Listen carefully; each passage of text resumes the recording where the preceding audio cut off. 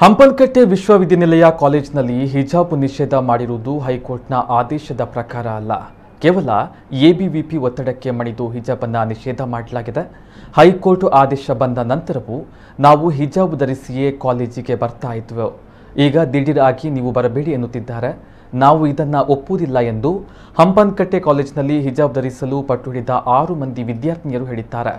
High court ಆದೇಶದ ಬಳಿಕವೂ ಮೇ 7ರವರೆಗೆ ನಾವು ಹಿಜಾಬ್ ಹಾಕಿಕೊಂಡೇ ತರಗತಿಗೆ ಹೋಗಿದ್ದೆವು. ಆದರೆ ಕೆಲವು ದಿನಗಳ ಬಳಿಕ ರಾತ್ರೋರಾತ್ರಿ ಒಂದು ಮೆಸೇಜ್ ಬಂದಿತ್ತು. ಕಾಲೇಜಿನಲ್ಲಿ ಹಿಜಾಬ್ ಬ್ಯಾನ್ ಮಾಡಿರುವ ಬಗ್ಗೆ ಅದರಲ್ಲಿ ಹೇಳಿತ್ತು. ಅನಧಿಕೃತ ಮಾಹಿತಿ ಆಗಿದ್ದರಿಂದ ಪ್ರಾಂಶುಪಾಲರ ಬಳಿ ಮರುದಿನ ಕೇಳಿದ್ದೆವು. ಆಗ ಅವರು ಅದು ನಾವೇ ಕಳುಹಿಸಿಕೊಟ್ಟಂತಹ ಮೆಸೇಜ್ ಎಂದು ಹೇಳಿದರು ಎಂದು ವಿದ್ಯಾರ್ಥಿನಿ ಗೌಸಿಯಾ ಹೇಳಿದ್ದಾರೆ.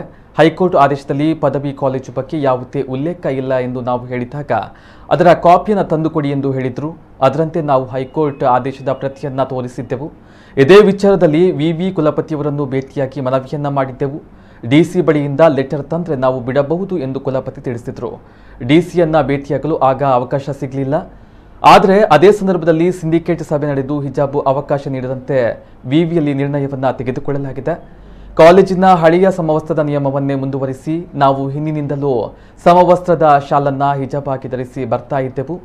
ಕಾಲೇಜಿನ ಈ ಆದೇಶದ ಹಿಂದೆ ಹೈಕೋರ್ಟ್ ಇಲ್ಲ, ಕೇವಲ ಎಬಿವಿಪಿಯ ಒತ್ತಡವಷ್ಟೇ. ಸಮಸ್ಯೆಗಳನ್ನು ಬಗೆಹರಿಸಲು 2 ದಿನಗಳ ಗಡುವನ್ನು ನೀಡ್ತಾ ಇದ್ದೇವೆ. ಇಲ್ಲದೇ ಹೋದಲ್ಲಿ ಪ್ರತಿಭಟನೆಯ ಮೂಲಕ ಉತ್ತರಿಸುತ್ತೇವೆ ಎಂದಿದ್ದಾರೆ. ನಮಗೆ ಕೊನೆಯದಾಗಿ ಕೇಳಿಕಿರುವಂತದ್ದು ಇಷ್ಟೇ. ನಮಗೆ ಯಾವುದೇ ಸೊಲ್ಯೂಷನ್ ಸಿಗೋದಕ್ಕಾಗಿ ಆಗಿರ್ತದೆ ಈ ಒಂದು ಪ್ರೆಸ್ ಮೀಟ್ ಅನ್ನು ಇಟ್ಟಿರುವಂತದ್ದು. ನಮ್ಮ ಈ ಮೊದಲು ವಸ್ತ್ರ ಸಂಹಿತೆ ಏನಿತ್ತ ಅದೇ ವಸ್ತ್ರ ಸಂಹಿತೆ ನಮಗೆ ಬೇಕು. ಈ ವರ್ಷ ಒಂದು ಕಂಪ್ಲೀಟ್ ಆಗುವವರೆಗಾದ್ರೂ ನಮಗೆ ಅದೇ ವಸ್ತ್ರ ಸಂಹಿತೆ ಬೇಕು.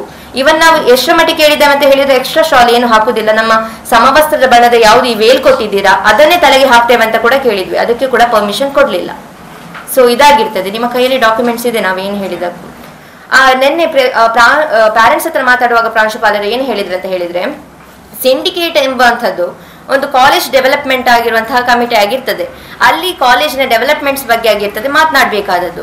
ಆದ್ರೆ ಹಿಜಾಬಿನ ವಿಚಾರ ಅಲ್ಲಿ ಯಾಕೆ ಆಗಿ ಡಿಸ್ಕಷನ್ ಆಯಿತು ಅಂತ ಕೇಳಿ ಆ ಪ್ರಶ್ನೆ ಬಂದಾಗ ಪ್ರಾಂಶುಪಾಲರು ಹೇಳುವ ಮಾತಾಗಿದೆ, ನಮ್ಮ ಎಲೆಕ್ಷನ್ ಆಯಿತು ಯೂನಿವರ್ಸಿಟಿಯಲ್ಲಿ, ಅಲ್ಲಿ ವಿನ್ ಆದಂತಹ ಸ್ಟೂಡೆಂಟ್ ಯೂನಿಯನ್ ಅವರು ಲೆಟರ್ ಕೊಟ್ಟದ್ದಾಗಿರ್ತದೆ.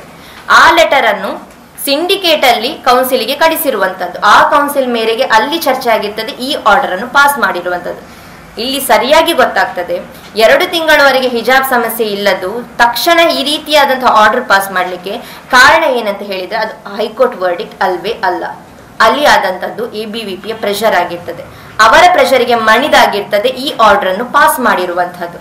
ಇದು ಸಂಪೂರ್ಣವಾಗಿ ನಿನ್ನೆ ಕ್ಲಿಯರಿಗೆ ಗೊತ್ತಾಗಿದೆ. ಇವನ್ ನೀವು ಅವತ್ತು ಪ್ರೊಟೆಸ್ಟ್ ದಿವಸ ಹೋದಾಗ ಕೂಡ ಅದರ ನಂತರ ಪ್ರಾಂಶುಪಾಲರನ್ನು ನೀವು ಮೀಡಿಯಾದವರು ಮಾತನಾಡಿಸಿದಾಗ ಕೂಡ ಅವರ ಈ ವಾಕ್ಯವನ್ನು ಮೆನ್ಷನ್ ಮಾಡಿದ್ರು. ಲೆಟರ್ 3 ಬಾರಿ ಕೊಟ್ಟಿದ್ದಾರೆ, ಅದರ ಮೇರೆಗೆ ಮೀಟಿಂಗ್ ಅನ್ನು ಇಟ್ಟಿರುವಂತದ್ದಂತ. ಒಂದು ಮೀಟಿಂಗ್ ಅಲ್ಲಿ ಕೂಡ ಶಿರವಸ್ತ್ರ ಧರಿಸಿದ ಯಾವುದೇ ಹುಡುಗಿಯರನ್ನು ಕರೀಲಿಲ್ಲ, ಅವರ ಪ್ಯಾರೆಂಟ್ಸ್ ಅನ್ನು ಕೂಡ ಕರೀಲಿಲ್ಲ. ಅವರೇ ಮೀಟಿಂಗ್ ಇತ್ತು, ಅವರೇ ಆರ್ಡರ್ ಪಾಸ್ ಮಾಡಿ ಫೋರ್ಸ್ಫುಲಿ ಆಗಿ ಇರ್ತದೆ ಅವ್ರು ಮಾಡಿರುವಂಥದ್ದು. ಅವರು ಹೇಳಿರುವಂತಹದ್ದು ಕಾನೂನಾತ್ಮಕವಾಗಿ ಹೋದ್ರೆ ಇನ್ನು ಒಳ್ಳೇದು. ಯಾಕಂತ ಹೇಳಿದ್ರೆ ನಿಮಗೆ ಡಾಕ್ಯುಮೆಂಟ್ರಿ ಆಗಿ ನಿಮ್ಮ ಹತ್ರ ಇದೆ ಎಲ್ಲ, ಸೊ ಪ್ಯೂರ್ ಡಾಕ್ಯುಮೆಂಟ್ರಿ ಆಗಿರ್ತದೆ ಅಂತ ಹೇಳಿ ಕಾನೂನಾತ್ಮಕವಾಗಿ ಹೋಗುದಾದ್ರೆ ಹೋಗ್ಬೋದು, ಅದರಲ್ಲಿ ಏನು ಸಮಸ್ಯೆ ಇಲ್ಲ. ಇಲ್ಲಿಯವರೆಗೆ ನಾವು ಲೀಗಲ್ ಆಗಿ ಬಂದಿರುವಂತಹ